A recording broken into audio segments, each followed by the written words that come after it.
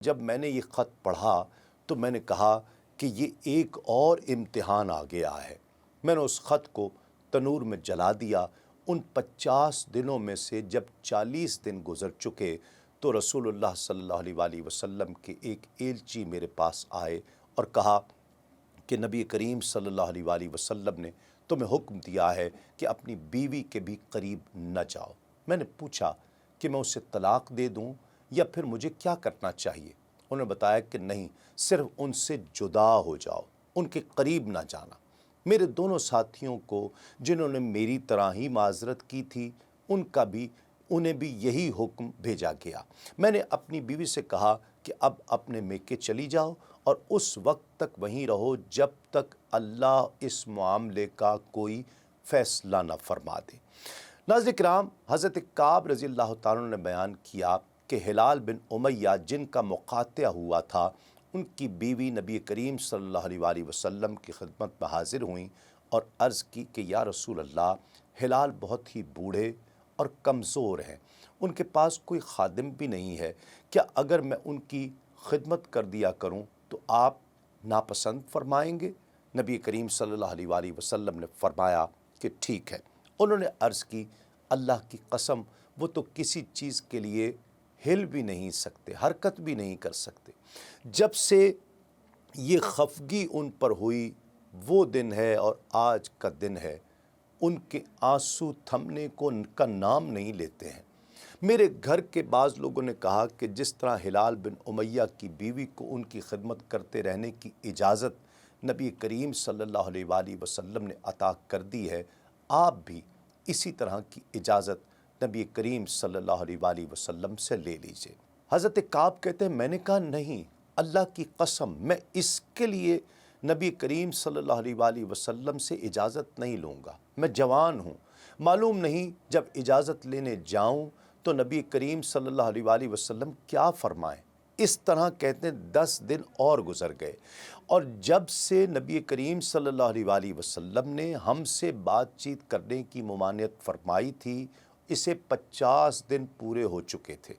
50ویں رات کی صبح جب میں فجر کی نماز پڑھ چکا اور اپنے گھر کی چھت پر بیٹھا ہوا تھا، اس طرح جیسے کہ اللہ رب العزت نے ذکر کیا ہے، میرا دم گھٹا جا رہا تھا اور زمین اپنی تمام وسعتوں کے باوجود مجھے ایسے لگتا کہ میرے لیے تنگ ہوتی جا رہی تھی کہ میں نے ایک پکارنے والے کی آواز سنی۔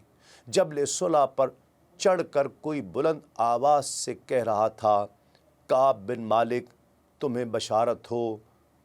انہوں نے بیان کیا کہ یہ سنتے ہی میں سجدے میں گر پڑا اور مجھے یقین ہو گیا کہ اب فراخی ہو جائے گی۔ فجر کی نماز کے بعد رسول اللہ صلی اللہ علیہ وآلہ وسلم نے اللہ کی بارگاہ میں ہماری توبہ کی قبولیت کا اعلان فرما دیا تھا۔ لوگ میرے یہاں بشارت دینے کے لیے آنے لگے اور میرے 2 ساتھیوں کو بھی جا کر بشارت دی۔ ایک صاحب حضرت زبیر بن عوام رضی اللہ تعالی عنہ اپنا گھوڑا دوڑاتے ہوئے آ رہے تھے، ادھر قبیلہ اسلم کے ایک صحابی نے پہاڑی پر چڑھ کر آواز دی۔ جن صحابی نے پہاڑی پر سے آواز دی تھی، جب وہ میرے پاس بشارت دینے آئے تو اپنے دونوں کپڑے اتار کر اس بشارت کی خوشی میں نے انہیں دے دیے۔ اللہ کی قسم کہ اس وقت ان 2 کپڑوں کے سوا دینے کے قابل اور میرے پاس کوئی چیز نہیں تھی۔ پھر میں نے حضرت ابو قتادہ سے 2 کپڑے مانگ کر پہنے اور نبی کریم صلی اللہ علیہ وآلہ وسلم کی خدمت میں حاضر ہو گیا۔ جوق در جوق لوگ مجھ سے ملاقات کرتے جاتے تھے اور مجھے توبہ کی قبولیت پر بشارت دیتے جاتے تھے، کہتے تھے اللہ کی بارگاہ میں توبہ کی قبولیت مبارک ہو۔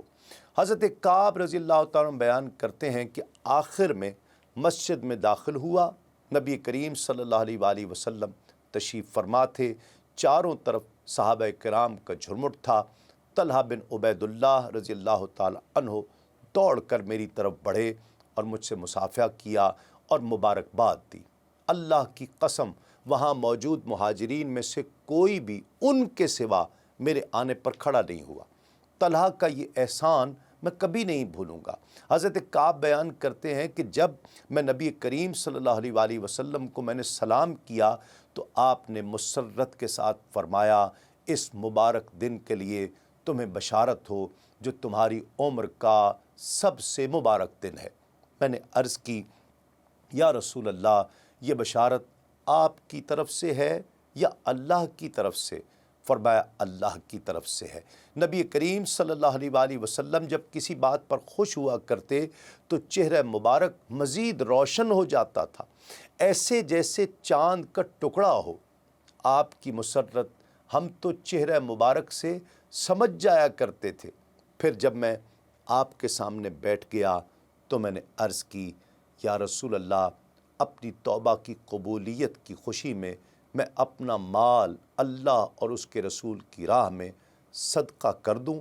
آپ صلی اللہ علیہ وآلہ وسلم نے فرمایا، لیکن کچھ مال اپنے پاس بھی رکھ لو، یہ زیادہ بہتر ہے۔